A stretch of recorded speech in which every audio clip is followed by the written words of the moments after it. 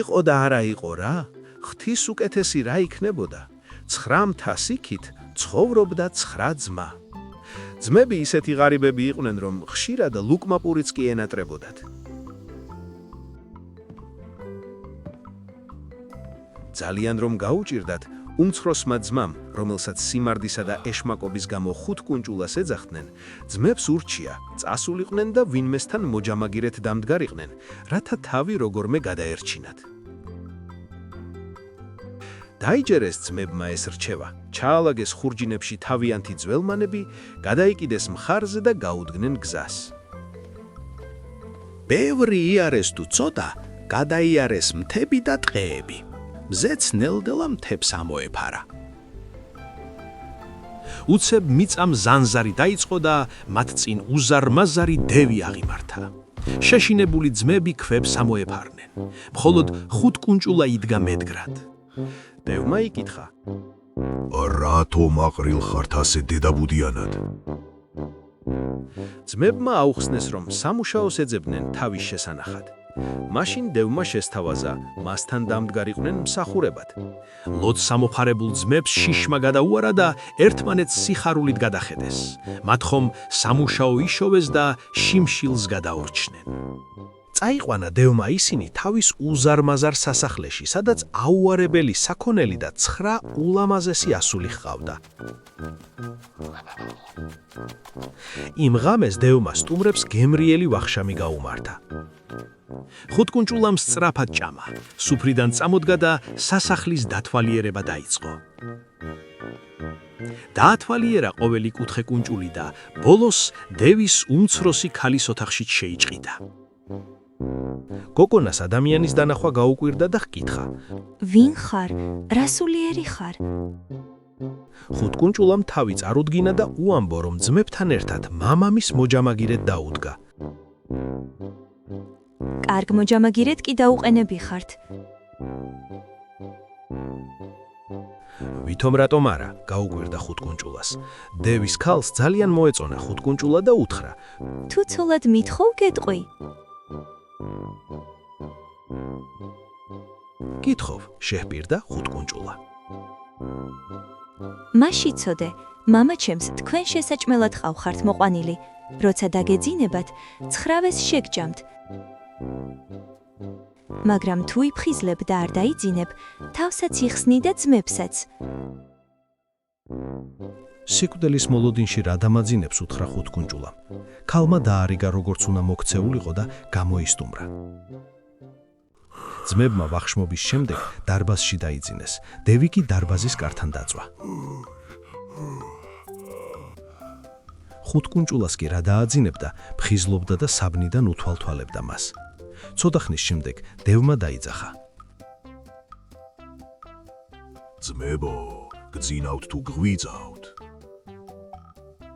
მღვიძავს, უპასუხა 5 კუნჭულამ. რა არ გაძინებს? შენი ბატების ყიყინი, მიუგო 5 კუნჭულამ. გავარდა დევი გარეთ, მოუყარა თავი ბატებს და სათითაოდ გადაყლაპა. მერე მძიმედ დაისვა ხელი მუცელზე, დანაყრებულმა ამოიოხრა და კვლავ თავის ადგილას მიწვა. მალე ისე ვიკითხა, ეძინათ თუ არა ძმებს. მღვიძავს, მიუგო 5 კუნჭულამ. რა არ გაძინებს? 5 კუნჭულამ კვლავ უპასუხა: შენი ძროხების ფშვინვა მესმის. პოსელში ძროხები მშვიდად ფშვინავდნენ და ვერც კი გრძნობდნენ საფრთხეს. განრისხებული დევი შიგ შევარდა და სათითაოდ ყველა გადასანსლა. უკან დაბრუნებულს მუცელი ისე დაუმძიმდა, რომ ძლივსღას უნთქავდა, მაგრამ 5 კუნჭულას მოსვენებას მაინც არ აძლევდა. ცოტა ხანი მოიცადა და ისე ვიკითხა: ძმებო, გძინავთ თუ გვიძავთ? მღვიძავს, უპასუხა 5 კუნჭულამ, რომელიც ცდილობდა ხმამაღლა არ გაეცინა. ახლა რა არ გაძინებს? გაჯაობდა დევი. მინდვრიდან შენი ცხენების ჭიხვინი მესმის და არ მაძინებს.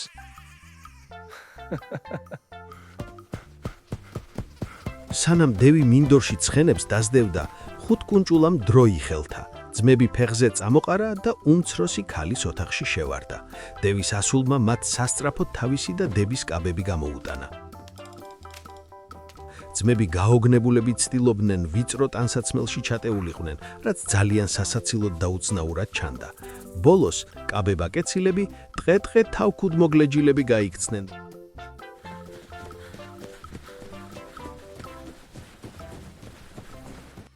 შინ დაბრუნებულ დევს საწოლები ცარიელი დახვდა.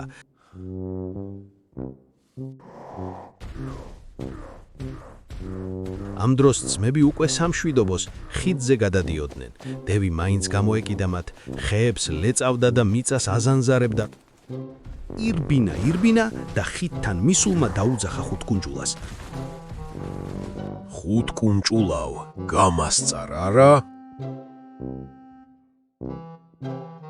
გაგასწარდა თვალებიც დაგთხარე. ხუთკუნჭულამ სიცილით გამოსძახა.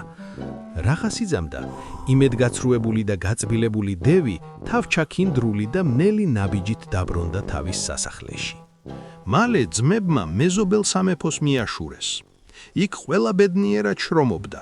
ხელოსნები მუშაობდნენ, ვაჭრები ხალისით ვაჭრობდნენ, ბავშვები კი ქუჩებში დარბოდნენ.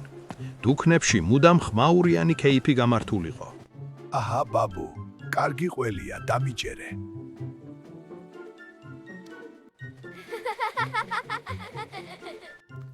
აბა საქართველოს გაუმარჯოს. ხუთკუნჭულა სასახლეში ბეჯითად შრომობდა. ხან აბჯარს აპრიალებდა, ხან ძვირფას ჭურჭელს რეცხავდა, ხანაც მეფესთან ერთად რუკებს ათვალიერებდა და ქვეყნის საქმეებს განიხილავდა. ის იმდენად ბეჯითი იყო, რომ მეფე ხშირად ასაჩუქრებდა.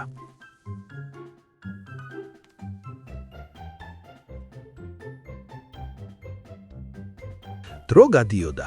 მეფის მრჩევლებს კი ძალიან შეშურდათ და ხუთკუნჭულას თავიდან მოშორება მოინდომეს. მათ მეფეს მოახსენეს, რომ დევს ერთი ჯადოსნური თხა ჰყავდა და მისი მოყვანა მხოლოდ ხუთკუნჭულას შეეძლო. მეფემ ბიჭს უბრძანა, თხა მოეყვანა, თორემ სიკვდილით დასჭიდა. ხუთკუნჭულა ისევ დევის სასახლეში მივიდა და უმცროსი გოგონას ოთახში შეიპარა და დაიმალა. ულამაზესი ასული თითქოს ელოდა, რომ ხუთკუნჭულა ისევ გამოჩნდებოდა. ქალმა ჰკითხა, პირობა ხომ არ დაგავიწყდა? არა, უთხრა ხუთკუნჭულა. მაშ მითხარი, რა გაგჭირვებია? ხუთკუნჭულამ უთხრა თავისი გასაჭირი. დაამშვიდა ქალმა და საღამომდე თავის ოთახში დამალა. თან ისიც ასწავლა, როგორ ჩაეგდო ჯადოსნური თხა ხელში.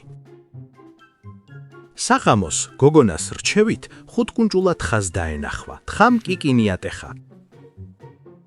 ხუთკუნჭულა, ხუთკუნჭულა, ხუთკუნჭულა, ხუთკუნჭულა.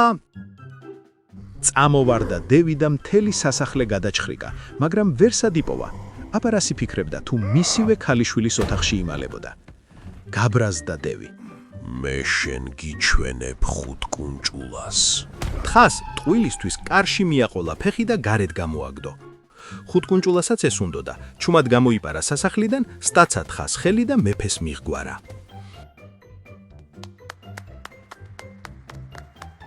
მეფის მრჩეველებს არ ეპიტნავათ, რომ ხუთკუნჭულამ თხაც მოიყვანა და სახსალამათიც დაბრუნდა უკან და მეფეს ისევ შეუჩნდნენ. იმ დევს ერთი ჯადოსნური ხალი ჩააქვს და ხუთკუნჭულამ ისიც მოიტანოს. ასეთი ძვირფასი ნივთი სწორედ თქვენი საკადრისიაო. ბევრი არც უფიქრია მეფეს. დაიბარა ხელმწიფემ ხუთკუნჭულა და უბრძანა, წადი და იმ დევს რომ ჯადოსნური ხალი ჩააქვს, ის მომიტანე. სხვა რა გზა ჰქონდა, ხუთკუნჭულა ისევ წავიდა. შეიპარა დევის სასახლეში, ისევ უმცროსი ქალის ოთახში და თავისი გასაჭირი მოახსენა. მაშინ დევის ასულმა მას ნემსები მისცა და ასწავლა, რომ ხალიჩაში ჩაერჯო. ასეც მოიქცა ხუთკუნჭულა.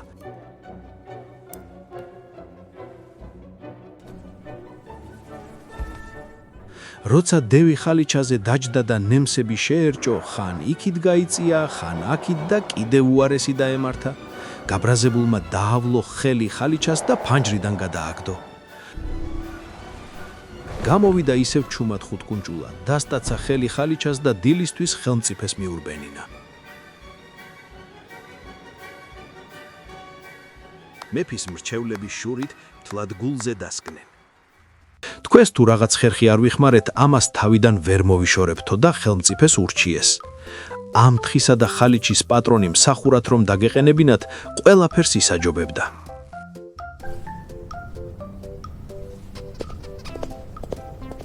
მეფემ ახლა თავად დევის მოყვანა დაავალა. ხუთკუნჭულა დაღონდა. ვაი თუ ამაზე დევის ქალი გამიწყრეს და ცოცხალი ვეღარ დაუბრუნდეო, მაგრამ თავს იქით ძალა არ ქონდა და წავიდა. შევიდა დევის უმცროს ასულთან და უამბო რაც აწუხებდა. მაგრამ გოგონამ ისევ დაამშვიდა. დახკითხა. შენის მითხარი, პირობა ხომ არ დაგავიწყდა? პირობას როგორ დავივიწყებ, კაცი ვარ და ქუდი მხურავს, მიუღო ხუთკუნჭულამ. აი ეს მომწონს. თქვა ქალმა და დაამშვიდა ხუთკუნჭულა.